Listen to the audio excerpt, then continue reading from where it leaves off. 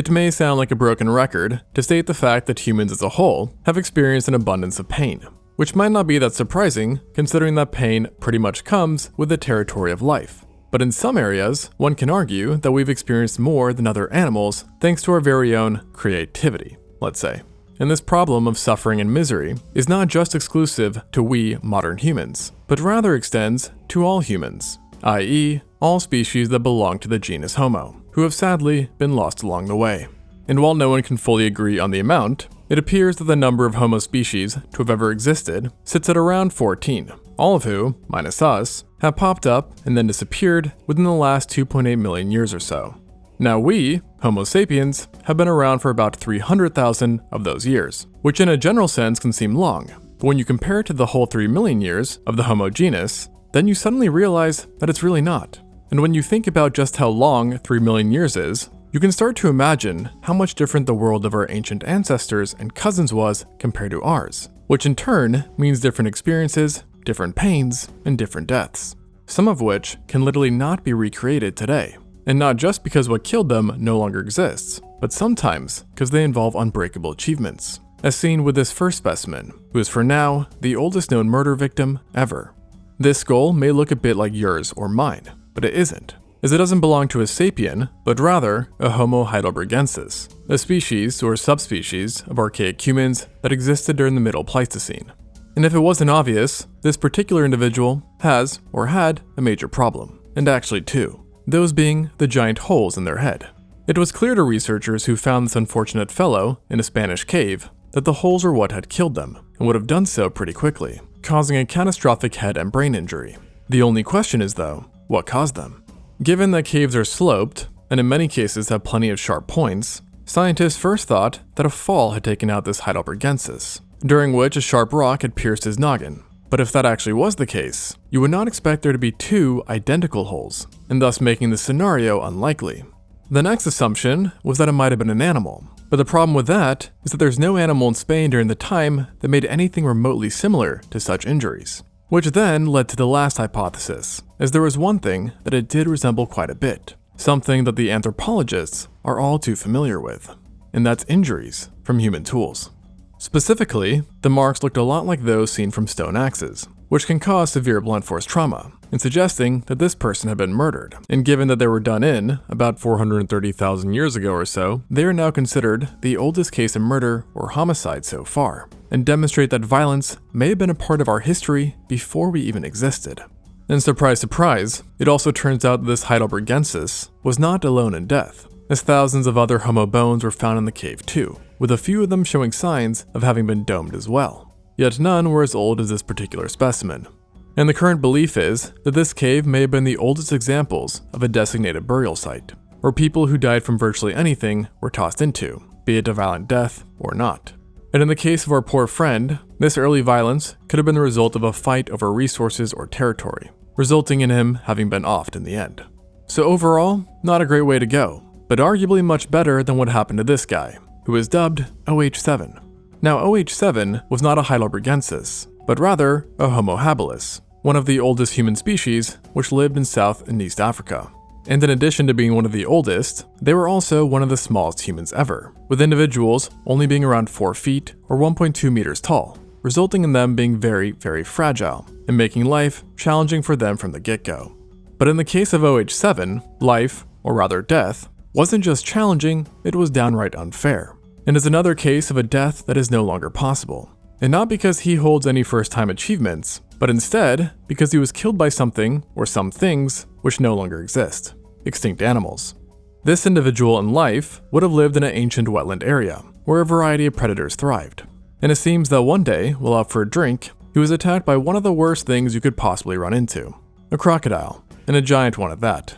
And not just any old giant crocodile, but rather the largest true crocodile species to have ever lived, the Crocodylus thorbjornarssoni, a now extinct species which could crack 7.6 meters or 25 feet in length while weighing over 2 tons. So in other words, a very unfair matchup for our little ancient relative. Based on the remains, it appears that the crocodile had ambushed OH7, who had managed to quickly turn away but was caught at the last second, as his left leg bore massive puncture marks. There were also parts of his leg that were completely missing, implying that it had been torn clean off in the attack, which in a hot mucky wetland was basically a death sentence, even if you didn't bleed out. And yet, Mother Nature still deemed this not to be punishment enough, as in one of the rarest cases known, it seems that he was then attacked by a second, completely different predator, a feline, specifically a leopard-sized one. Now, this doesn't necessarily mean that it was definitely a leopard that made up the tag team duo, but whatever did attack him attacked the back of his head, leaving long grooves in his parietal bone, which does align with a leopard's hunting strategy, or at least a closely related Panthera species. And just if it wasn't clear, OH7 unfortunately died, as both marks on his head and leg showed absolutely no signs of healing.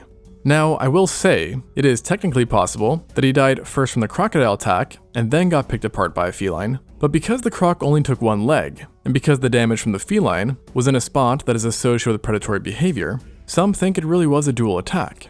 And it's hypothesized that after getting attacked by the croc, he may have turned to face it while trying to fight back, leaving his back wide open to a nearby feline, and thus spelling his doom. And for what it's worth, even today, on multiple occasions, crocs and felines have been observed fighting over an animal. However, thankfully, the animals involved today do not include an extinct feline and a massive, never-again-seen-sized crocodile. So this death surely must have sucked. But remember, it's not always the violent demises that are the most painful. Take Exhibit A, for example. This is KNMER 1808, a 1.7 million-year-old Homo erectus from Kenya, who had a troubled history with A. Not the letter, but the vitamin A, which while being an essential vitamin, can be harmful in large amounts. And too much of it is what apparently killed our Homo erectus friend over 1 million years ago. And trust me, that's not a good way to go. Her partial skeleton was first located back in 1974, and scientists immediately noted there was something wrong with it, as her bones showed abnormal growth patterns, namely excess bone turnover, and held evidence of long-term massive bleeding. And yet, there were no clear wounds. And while this may sound perplexing and mysterious, it was actually quite straightforward to the researchers, as the bone growth were consistent with what's seen in hypervitaminosis A, aka vitamin A toxicity, a condition that is well known in both ancient and modern times, with this erectus so far being the oldest example of the disease within humans. The patterns in her bones suggest that this was a condition that she dealt with chronically, and is what ultimately killed her, despite it not usually being a very dangerous condition in modern times. And presumably, given the lack of medical awareness back then, she was taking in too much without knowing it, which on top of her bone problems would have caused symptoms such as weakness, headaches, sloughing off of skin, the loss of hair and teeth, and a lot of joint pain, which is reflected by her limbs bearing the most pathological bone growth. And it was likely over a long duration of time that she had these problems, which thus begs the question, where did she get all this vitamin A? And the answer is that all signs point to one key suspect: carnivore liver, a well-known source of vitamin A. And in some predators of today, like the polar bear, the liver can store so much of it that it could theoretically supply a human with nearly 150 years worth of the vitamin. And naturally, not knowing this probably played a big role in her undoing. Now, while likely not as painful as this ending, another prehistoric death that definitely would have sucked, simply going off of how scary it sounds, is what happened to the Tong childs 2.8 million years ago. In today's day and age, if we find ourselves scared by something outside, it usually results in us frantically looking around us, or if in the water, beneath us, but never really up in the sky. And yet, a long time ago, you might have needed to, as large predatory birds prowled the skies and terrorized the lands of Africa, and were not afraid to take a stab at the occasional human, or rather hominins, which in this case was a seriously unlucky Australopithecus. And despite this breaking the Homo rule, because again it's Australopithecus, I am including it given the sheer uniqueness of the case, as the Tong child was found with horrific injuries to his face and head, including puncture marks to the bottom eye sockets, while the top of his cranium was deeply scratched. And interestingly enough, such injuries are actually fairly identical to what's seen in monkeys today that have fallen prey to eagles, suggesting that a large bird had sunk its beak and talons into the Tong child's eyes and head, likely killing him rather quickly, or at least hopefully, before he was then hauled off to be consumed. But the story does not end here, as his death spawned a new mystery. You see, the Tong child is really just a skull, meaning that the body was never found. And what's more, is that it was located in a remote part of the Kalahari Desert, in a cave, where no other bones were found, be it human or other animals, and thus leading researchers to ask how the skull ended up here, of all places. And this has led to a second hypothesis regarding the specimen, where in death, it, or rather its skeleton, had been used by its attackers to build a nest, before the head eventually became dislodged and tumbled down, which by sheer coincidence ended up rolling into a nearby cave where it would then lie for millions of years before being unearthed once more. So, with all this said, I bet you'll never look at birds the same way again. But something you're probably already weary of is water. While necessary to life, it can also cause extreme discomfort, to say the least. And drowning is often ranked as one of the worst ways to go, which is seriously misfortunate, as this might have befell on possibly the entire Homo erectus species, or at least what was left of them. The Erectus were one of the most successful human species of all time, and actually the longest lived, having been the first Homo to not only leave Africa, but also colonize Europe and Asia, where in the latter they would make their final stand. And as far as we know, the youngest Erectus fossils ever, dating to about 110,000 years ago, came from the island of Java, and strangely enough, all of them perished in a mass death event. To be exact, nearly 100 years ago, a research team on the island stumbled upon a graveyard of over a dozen Erectus specimens, who were all adults and were mangled together in one spot. And given the lack of evidence for disease, physical wounds, or old age, it was presumed that they all had died at the same time from one thing. But the question is, what exactly could have done it? Well, based on the type of sediment in which they were found, it was concluded that a flood was possibly a part of the answer, with the belief being that all the bodies had been swept away by floodwaters down to a narrowing river, where they then ended up getting trapped in a logjam, thus forming a kind of carcass jam, I guess, which eventually fossilized. But this does not necessarily mean that they were killed in said flood, but rather they were just swept away by it at some point. However, for now, it is still believed that a mass drowning was behind the actual deaths. And one more narrowed down idea is the belief that a volcanic eruption in particular was their undoing, as it potentially caused lahar flows, which are cold and hot mixtures of rock and water that run down the slope of a volcano, wreaking havoc and typically overflowing rivers. And we know from modern times that such events can cause widespread local devastation, traveling more than 60 miles, and in some cases, killing tens of thousands of people. And if a volcanic lahar really was the perpetrator in killing the last Erectus, then it would be one of the only fossils that we know of that truly shows an extinction event in process. Though it should be mentioned that volcanic eruptions or mass flooding were not the reason why Erectus died out in general, with the main belief being that in Java, the last populations started to wither after its woodland biome started to change into a rainforest. Additionally, it is of course possible, and even probable, that younger remains of Erectus are out there too. It's just that for now, these fossils represent the final known members, making the whole thing just that much more tragic, yet also poetic. Unfortunately, there's nothing poetic with this next case though, which was just brutal, as it involves one of the worst animals to be taken out by, a hyena, who are known to eat their victims alive and utilize horrific bite and pull methods, which rip away chunks of meat from the victim. Very painful, to say the least. And the hyenas I'm talking about weren't just some modern ones that you'd find on a safari, but rather a now extinct giant one, the Pachycrocuta, who is among the largest hyenas to ever live, with adults sometimes breaking 150 kilograms or 330 pounds, making them rivals to lionesses when it comes to size. And to make matters worse, their weight was not distributed like that of a lion, as they had proportionally massive heads, with massive indentations indicative of powerful muscles, which resulted in them biting down with monstrous forces, allowing them to do things like this. This is a multi-100,000-year-old Erectus skull that was absolutely obliterated by a Pachycrocuta. And it wasn't alone, as this is actually just one of the more than 28 specimens found in the Zhaokutian Peking Man site in China, who met very grisly ends, presumably.